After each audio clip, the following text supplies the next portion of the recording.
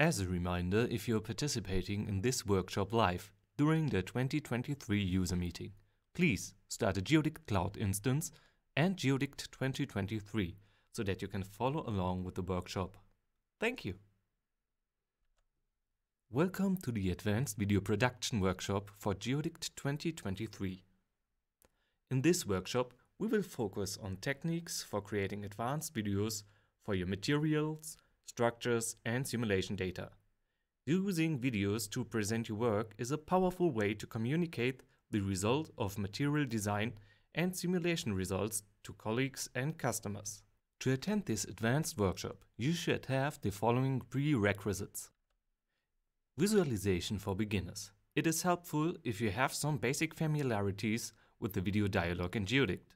It is not strictly necessary, but highly recommended. To get more information about Geodict's video dialog, visit our Math to Market YouTube channel and watch the visualization workshop from 2022, where we show the basics about image and video visualization. Have your data ready. It is essential that you have already run your simulations and have the data ready for use in this workshop. We have also provided some sample data for you to follow along with the steps of this workshop. This will enable us to concentrate on the process of creating videos rather than running simulations. In this workshop, we will cover the following topics. Theory. To begin, we will examine some techniques for approaching visualization in video form. Through the examination of effective workflows, we will establish a solid foundation in visualization that will serve you well now in this workshop and in the future for your own projects. Animation. We will create our own animations and learn how to use the tools in Geodict to do so, while also familiarizing ourselves with workflows that will efficiently guide us to our goal. These workflows will also assist you in quickly producing beautiful results in the future. Video framework. We will dive into how we can utilize Python to streamline our video production process. We also explore how utilizing the GeoPy interface of Geodict can greatly improve our workflow efficiency. For those who are interested in learning more about Python, I recommend the GeoPy workshops by Janine Hilden for beginners and Dominic Michel for advanced learners. By the end of this workshop, you should have a good understanding of how to approach video creation, and you should be able to use a variety of tools in Geodict to create and edit your own videos. This workshop is structured into two parts, each lasting approximately 45 minutes. We will have a 15-minute break in between and at the end of the workshop to give you the opportunity to refresh and ask any questions you may have. During the first part, we will cover the basics and learn how to do it. Then we will put what we've learned into practice by creating our first video scene. After that, we will take a 50-minute break. In the second part, we will delve deeper into the basics by working on 2 more scenes and learning about new features. Finally, we will use tools that we will learn more about in upcoming workshops and tutorials that will be available throughout the year. As always, there will be a final 50-minute break for questions before the end of the workshop. So let's get started. Before we begin with the dry theory, we will properly prepare Geodict and point the project folder to the correct workshop folder. So we open Geodict if not already open.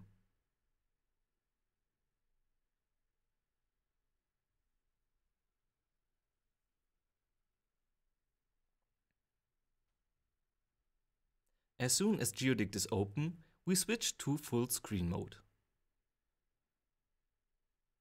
Next, we change the project folder by selecting from the menu, File, choose Project Folder and select Project Folder, or clicking on the Project Folder icon in the toolbar and selecting Select Project Folder.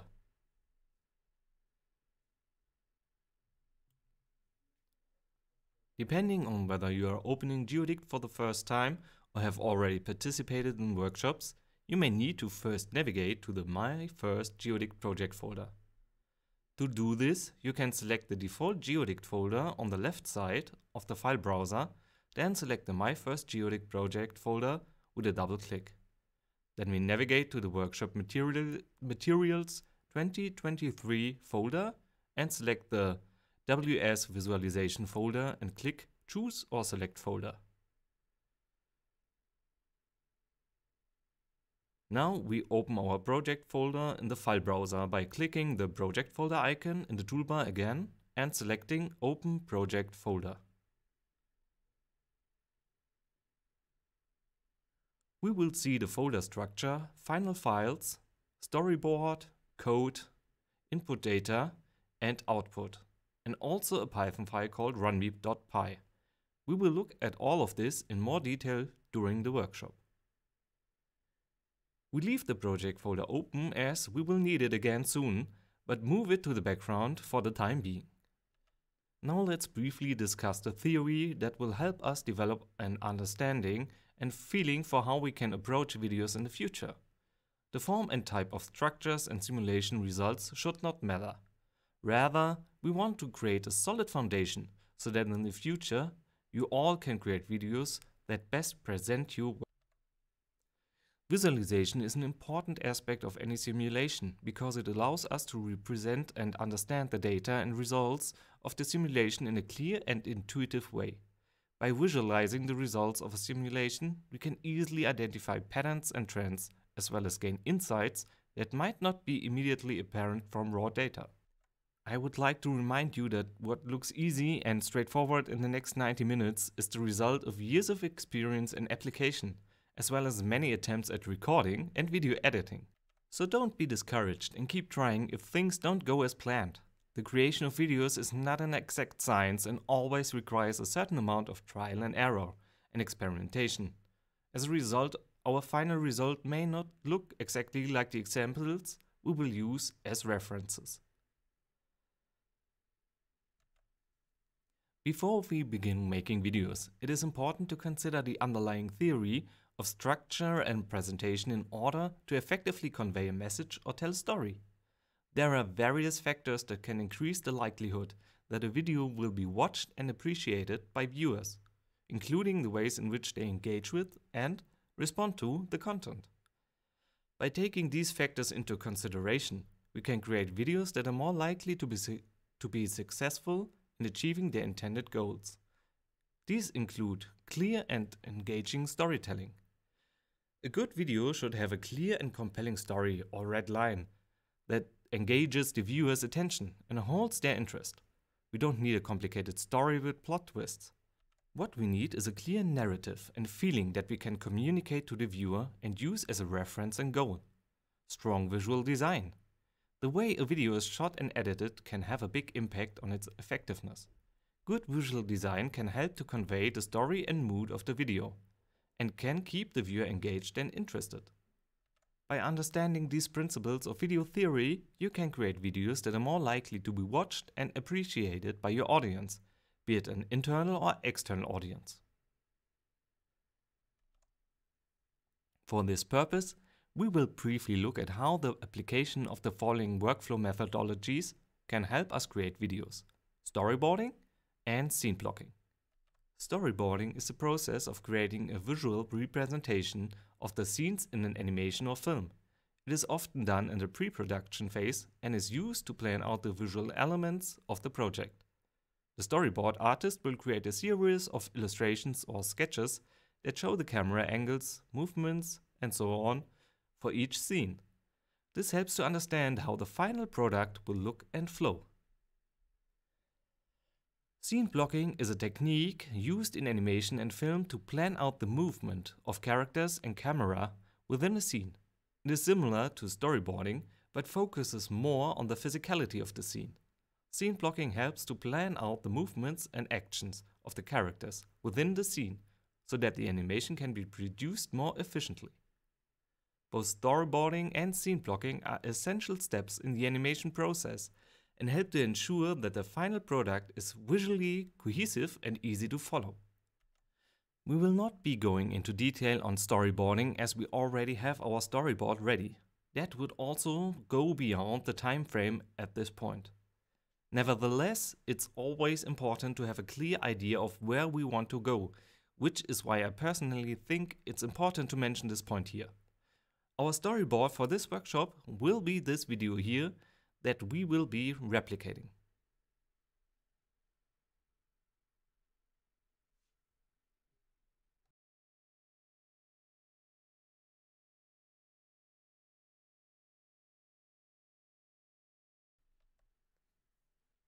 Alright, let's bring our project folder back to the forefront and take a closer look at the storyboard folder.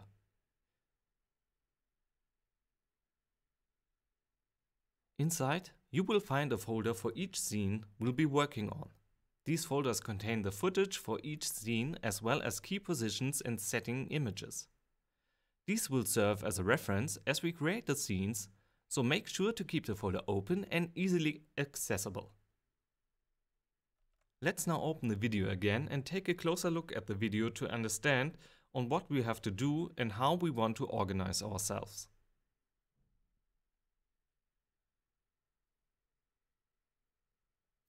The first thing that catches our eye is that we have 3 scenes.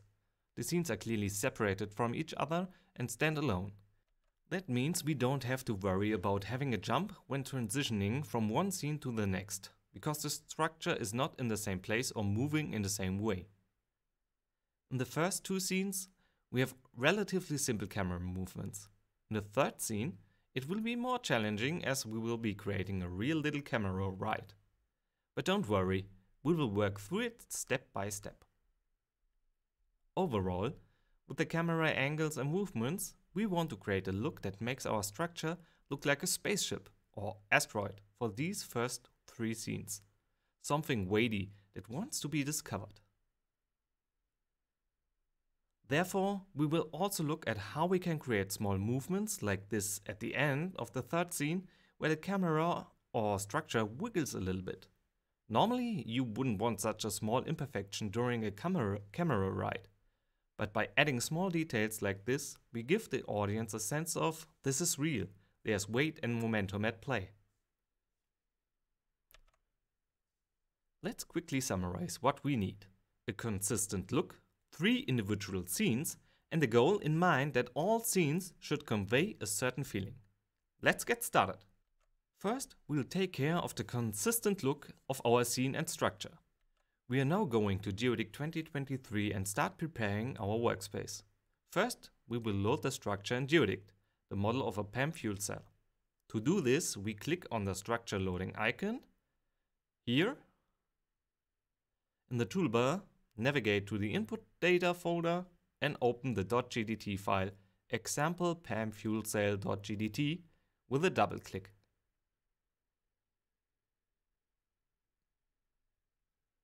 Once the PEM fuel cell is loaded, we switch to the 3D view we will be working with to create the videos.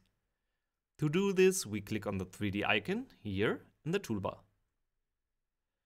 With the mouse, we can now explore the structure in the visualization area. Here is a quick reminder.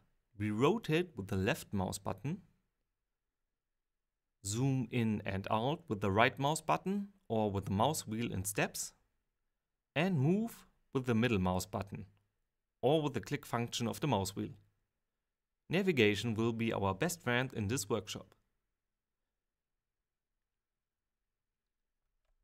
Next, we switch to the Structure tab here at the top in the visualization panels. Here we switch the structure renderer from box to smooth for a better visualization of the structure. This takes a moment. For more complex structures that have multiple materials, it makes sense to use the box renderer while working actively and only use the smooth renderer at the end of the final rendering.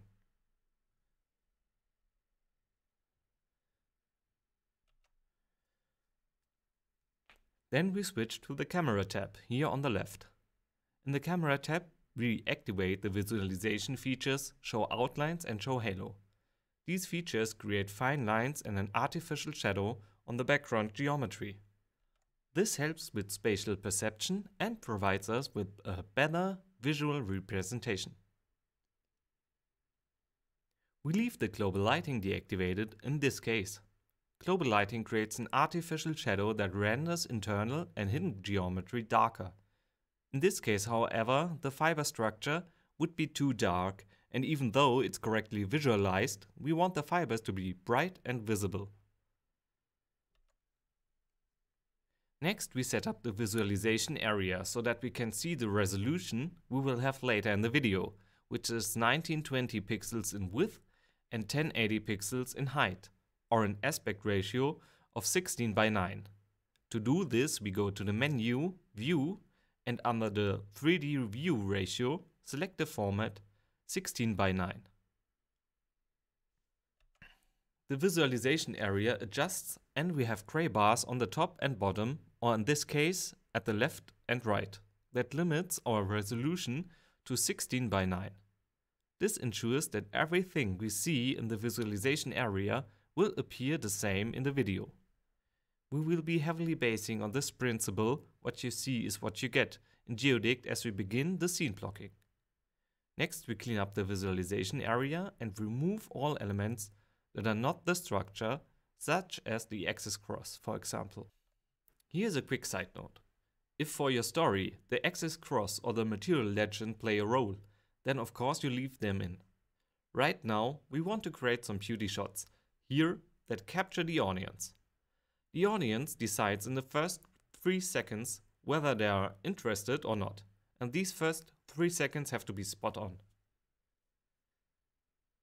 To clean up these elements, we go back to the View menu, then Legends Overlays, and deactivate everything that is possible. For some structures, it can be helpful to keep the bounding box on, as it allows for a better spatial perception of the structure. In particular, when the structure is very porous and the boundaries and volume are not clearly visible. Next, we will select the colors for our materials and the background. Keep in mind that there's no right or wrong when it comes to color selection. What matters is that the viewer understands it, that the colors help us in perception and ideally of a recognition value because they are either realistic colors or match the company's or institute's corporate design. If you would like, you can choose your own colors. Otherwise, we will select the colors as follows to create an elegant black and white look with a small color accent. To do this, we open the color and visibility dialog in the sidebar here.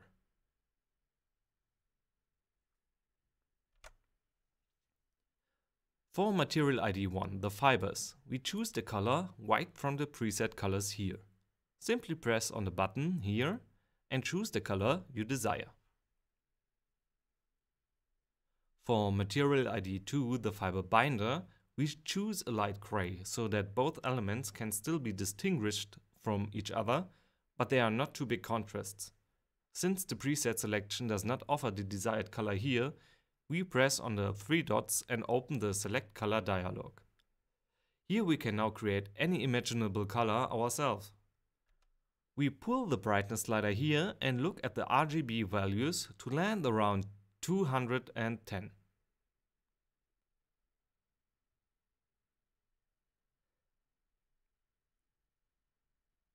Next, we will select an accent color for the Material ID 3, the Microporous layer or MPL.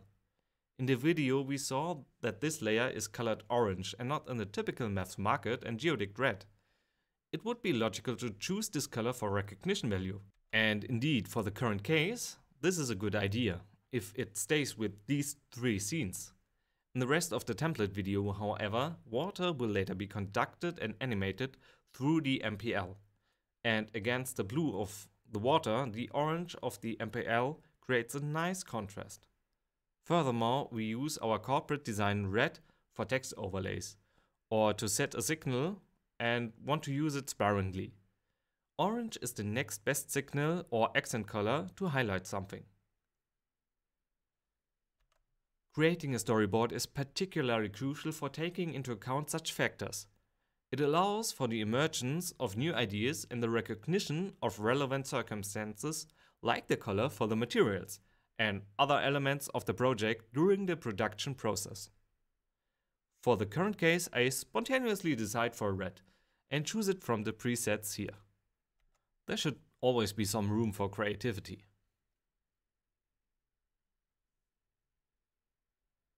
Next, we choose a dark gray for material ID 4, the flow channel. Instead of using the darkest gray preset here, we will go back to the Select Color dialog and adjust the color to match the desired shade ourselves. A dark gray with the values 80, 80 and 80 fits very well here. Finally, we will change the background color from white to black, here at the top, the same way. In the preset colors, there's a solid black right over here.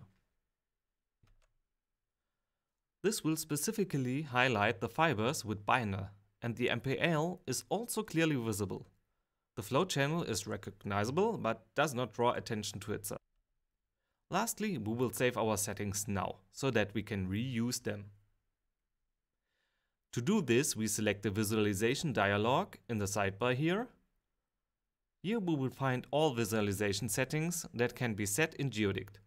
If you click on the gear icon on the bottom right in the tabs of the visualization panel, for example in the camera tab, you will go directly to the corresponding place in the visualization settings and can also edit them there. To save our settings now, we click on the Save icon here at the bottom of the icon bar. We navigate to the code folder and give our file the following name: visualization settings.py, and save it.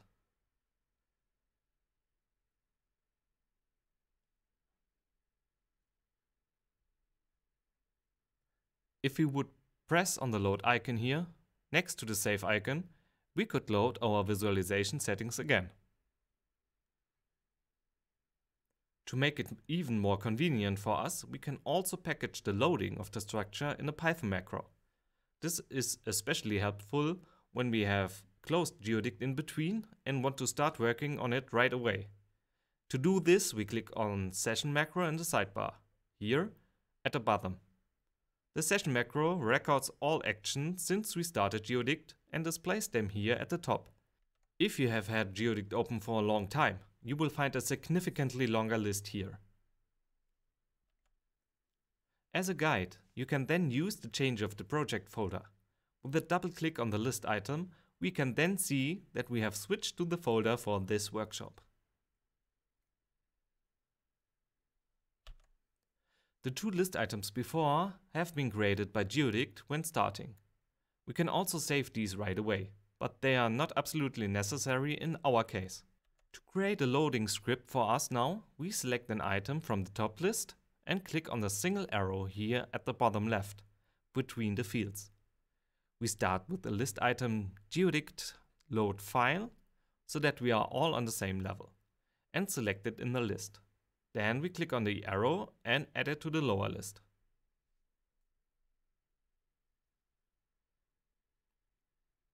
The upper list automatically jumps to the next item, a dot. That marks the end of the list. What is missing for us now is loading our visualization settings.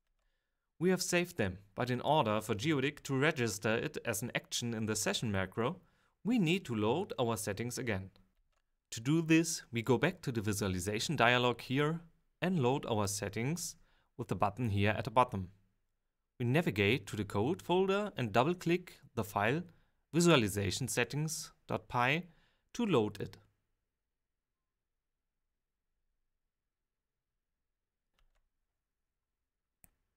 If we now go back to the session macro, we will find the list entry Geodict setView status at the end of the list. We can now add it to the lower list as before using the arrow button. Next, we click on Save and save this macro in the code folder with the name scene-setup.py.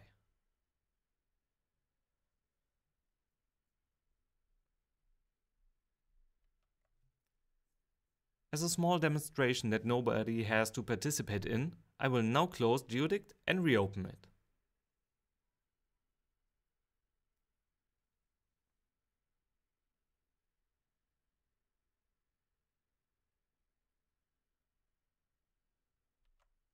After I have opened it again, I go to the menu under Macro then execute macro/script and navigate here on the left in the folder tree to the workshop visualization, then to code, and select the Python script scene-setup.py that we just saved.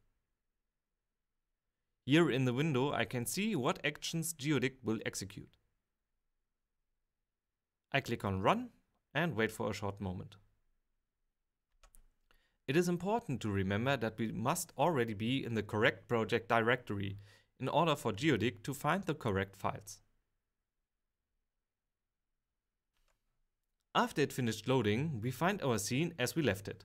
The only difference is that we need to adjust the 3D view ratio back to 16:9.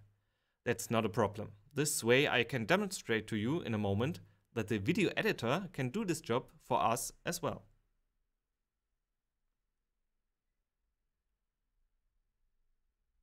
Now that we are back here, we finally want to come to the exciting part of the workshop, producing a video.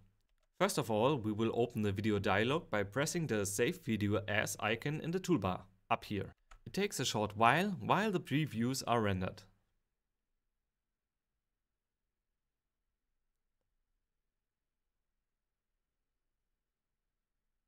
Once the video dialog is open, we scroll past the video presets all the way down and click on Open Empty at Open Editor, as we want to start with a fresh file. If you accidentally close the editor and would like to continue working on the current progress, then click on Open Current so that the unsaved content of the editor is not lost. We now have the empty editor in front of us and will first create a save file.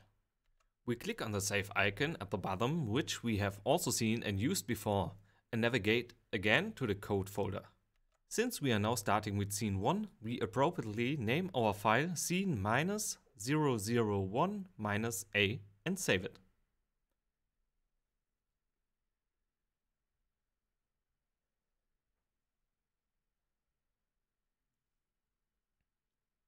A brief side quest to the naming convention. Such a video project can quickly encompass 10 to 20 scenes, plus scripts that contain more general functions. To keep track of this, a clear but not too long name makes sense, that can be counted up, providing an order for the scenes at the same time. Therefore, we add the number 1 in the format 001. The Appendix A gives us the possibility to create different versions if we want to try a different camera tempo for the same scene.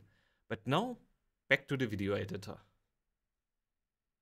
We also quickly set the output options so that we have set these settings correctly and do not have to load and adjust each save file at the end. In the result file name field, we enter the name of the scene, scene-001-A in this case. This name will also be used to create the video at the end. As video format, we choose MP4 if not already set. The image resolution should be 1920 by 1080, the full HD format. The video editor will also adjust Geodict's visualization area directly to this aspect, as we see here in the background, when I change the image resolution.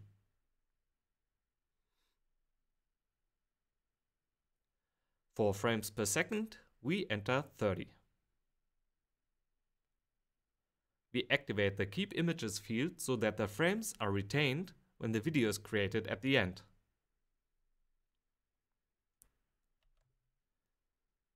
We will leave Unroll as Python disabled. In the near future, we will be releasing a tutorial series specifically on this topic. However, due to time constraints, we won't be able to cover it in depth during this workshop. If you're interested in learning more, be sure to follow Math2Market on LinkedIn, where we regularly post new tutorials and updates about Geodict and Math2Market. You can also subscribe to the Math2Market YouTube channel, where you can find these tutorials. But enough about that, let's go back to the workshop at hand.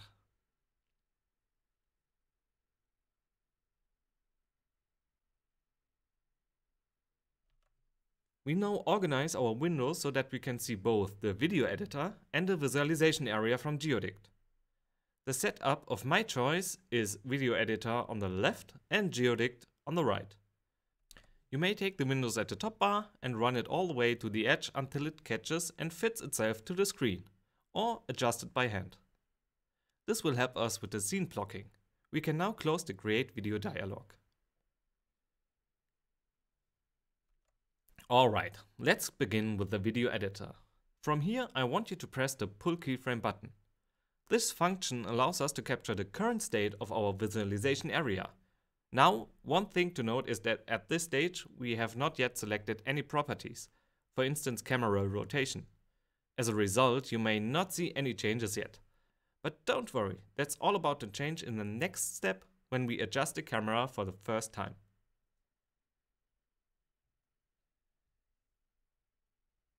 Okay, let's pull up the storyboard folder again and navigate into the first folder, Scene 001, and open Storyboard Scene 001 Keyframe 1.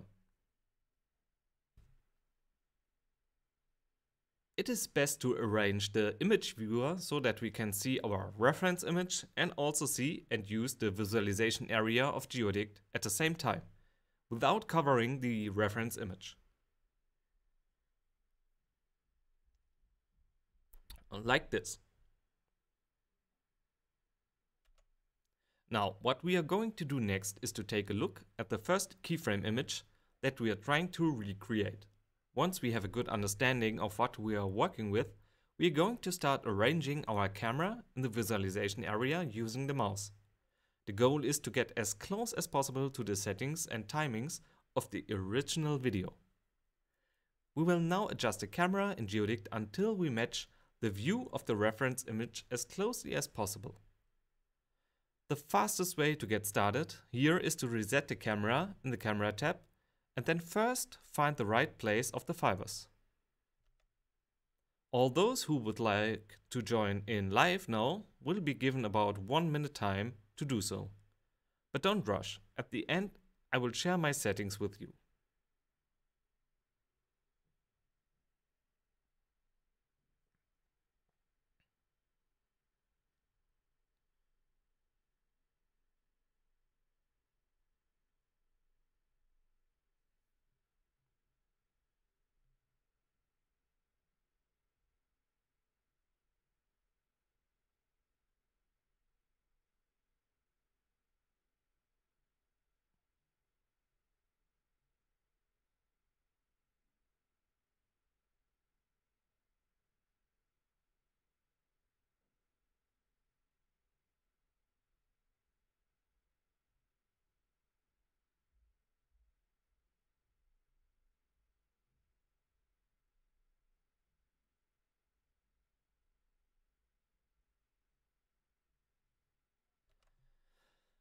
As we move on to the next stage of our process, we'll be focusing on making more precise adjustments. To do this, we are going to head over to the Camera tab in the Visualization panel. Here you'll notice that we have some options for editing our camera's movements, such as the rotation settings. In these settings, you will find options like heading, attitude and bank, which can be directly edited. This also applies to translation X, Y and Z. These options will give us more control over our camera's movement and allow us to fine-tune our scene. We're going to do a quick rework and adjust the values to see if we match the storyboard better. So at this point I just play around with the values, going up in 1s and 5 steps and going down in steps of 1 and 5.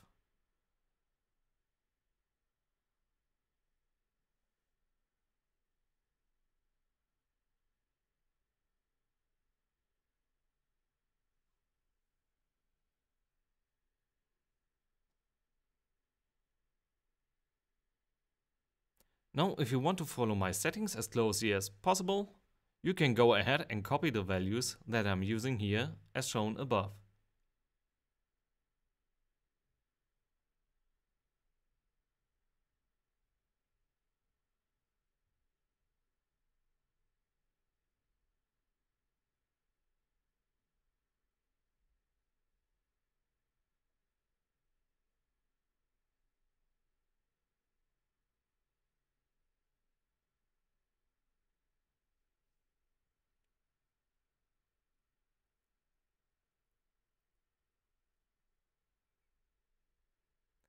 Just a little tip. Try not to click on the video editor in the graph window when we switch right back to it. Doing so will cause Geodict to update the image in the visualization area and you will lose your current settings. It's best to click on the top bar up here. It's saved there to click. Alright, now that we have our camera settings just the way we want to, it's time to transfer them over to the video editor. To do this, we will bring the video editor back to the forefront and once again press the Pull Keyframe button. This will open a dialog box called the Track Properties dialog. This dialog box is designed to track any changes made to the properties that do not appear in the list of properties over here on the side. In my case, the rotation and translation properties have been adjusted and we want to transfer these changes over to our video editor. We deselect every other property that may appear in this dialog for now. And we press OK. Before we move on, I just want to quickly remind you of how to navigate within the video editor. We'll be using the left mouse button to select, the right and middle mouse buttons to move, and the mouse wheel to zoom. Additionally, if you ever need to quickly get an overview of your scene, you can always click on the center view button up here at the top. Now as you can see, we've recorded two keyframes, one at the start of our timeline and the other at 30 frames. If we press the play button located at the top, you will see a camera transition from the initial settings that we had to the ones that we just created. This is a great way to preview our progress and make any necessary adjustments. The keyframe at time 0 is actually just an artifact and is not needed. To remove it, simply right-click on the handle of the keyframe located at the top in the frame time area and select Remove Group. This will leave us just with the keyframe at time 30. Now we go ahead and select this keyframe by clicking on the handle up top with the left mouse button. On the side, you will find an option called Frame/Time. Here you want to enter 0. This will move the keyframe to the start of our timeline.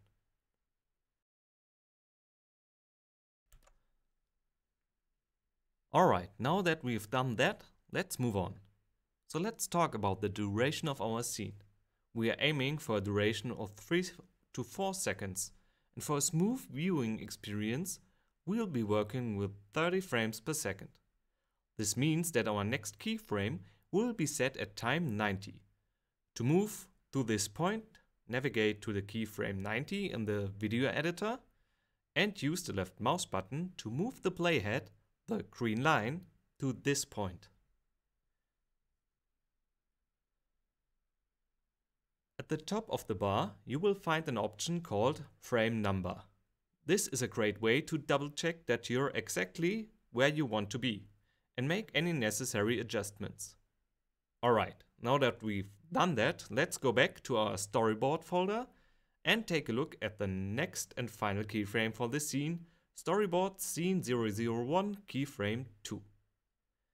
Open the keyframe and place it next to Geodict so that you can see both well.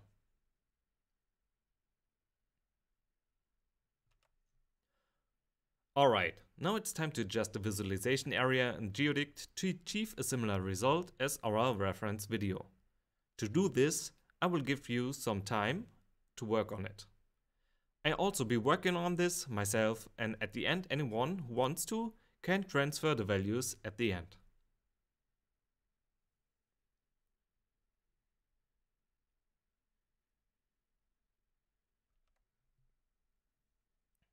So I will be comparing the fibers that I see in the reference image to fit the view. And then rotate the structure so that the MPL and flow channel match. Great. Now that we have our camera setting, we need to be careful when returning back to the video editor. Once you're back in the editor, go ahead and press Pull Keyframe directly. You should not see the Track Properties dialog box, and if you do, make sure not to transfer any of these properties that may appear, because they only clutter up our workspace unnecessarily. Alright, now that we've made all our adjustments, it's important to save our progress. To do this, simply press the Save button down here in the dialog. It's okay to overwrite the existing file as it was only being used as a placeholder.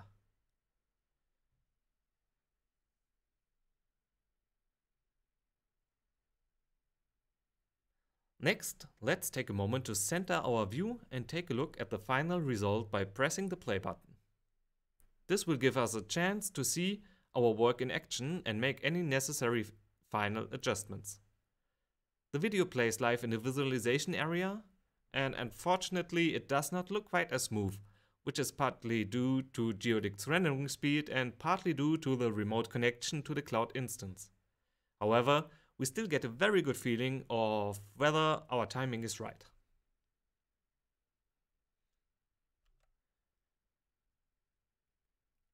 The animation still plays a bit too fast. We correct this by adjusting the timing. We move the last keyframe to 110. We can move the keyframe either with the mouse, by click and drag, or via the frame time field when we have selected it.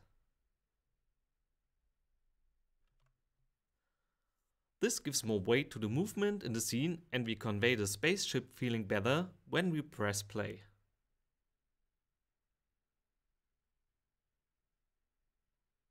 We leave it at 110, stop the playback, and save again.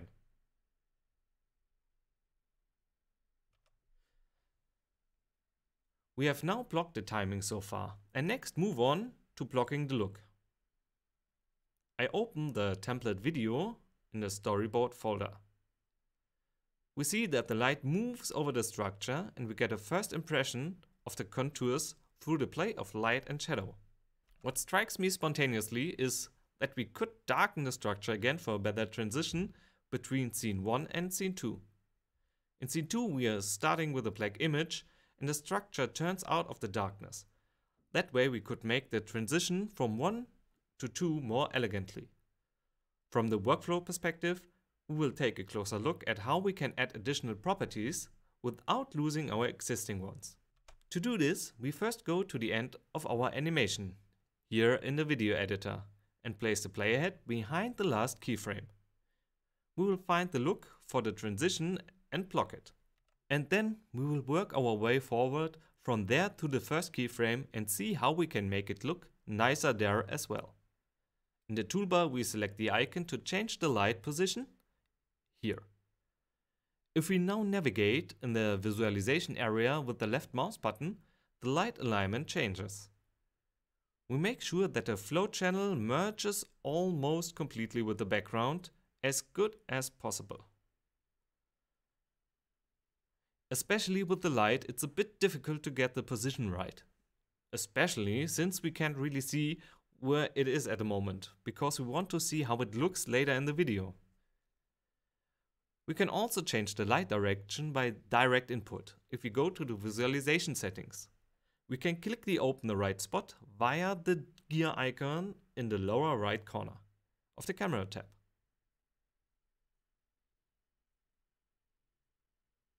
Next, we open the element Light in the tree below.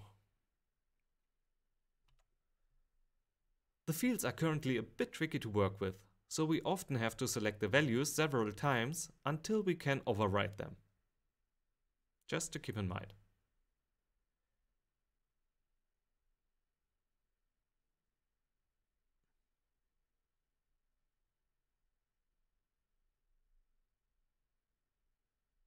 Once we are satisfied with our work, we will head to the video dialog and press Pull Keyframe.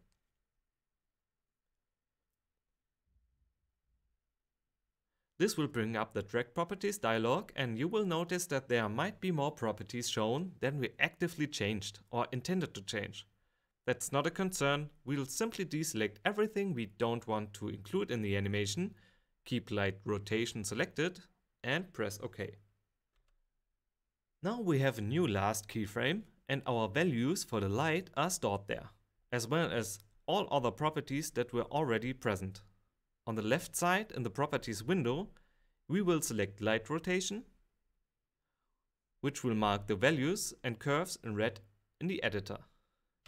Our focus will now be solely on the light, and we will adjust the positions of the curve points.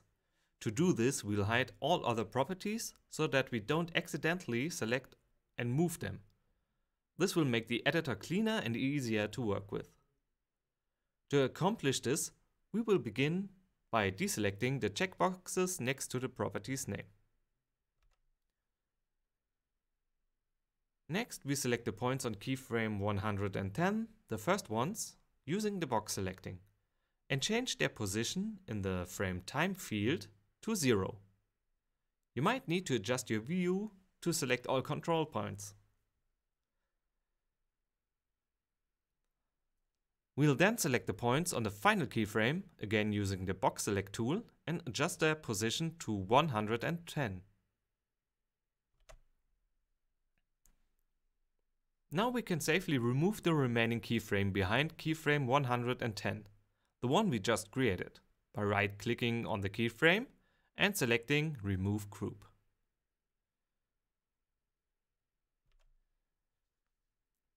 We center the view and play our animation again.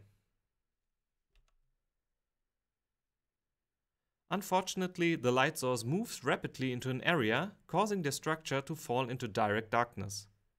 So, we're moving on to the next section of scene blocking, where we delve into the process of refinement through intermediate steps. Our goal is to have the structure remain visible for an extended period and to be gradually enveloped by darkness at a final moment.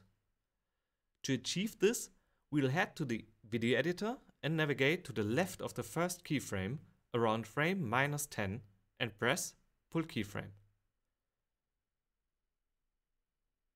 We will select the new control points and adjust their position to frame 100. Then we delete the keyframe at frame -10. Let's hit the play button once more and evaluate if the animation appears more polished.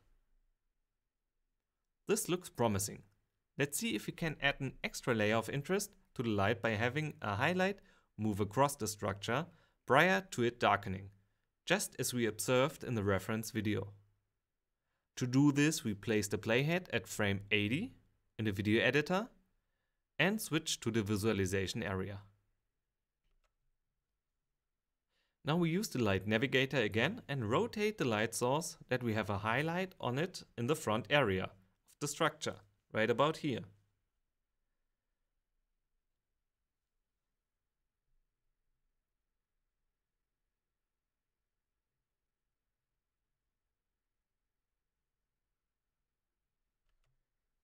Once we have that, we carefully switch to the video editor and click Pull Keyframe again. We should now have a new keyframe at frame 80 with a new light position. Let's give the animation another run through to evaluate the changes.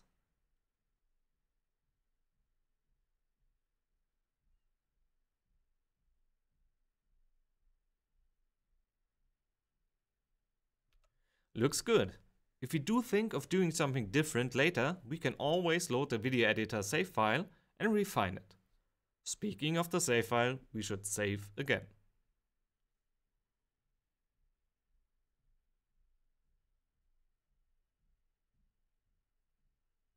To wrap everything up, we will hide the properties of the light and make the remaining properties visible.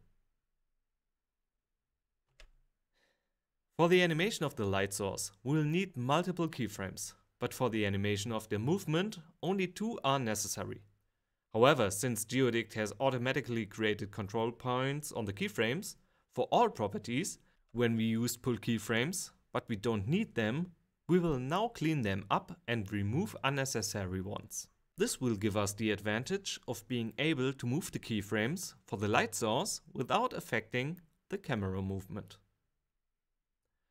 We will select the control points on keyframe 80 using the box selection tool and right-click on a selected control point of our choice.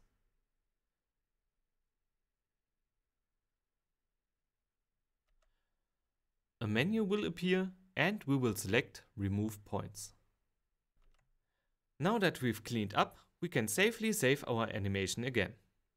Great work on completing the first scene. Now it's time for a short break. After the break, we will move on to the next scene.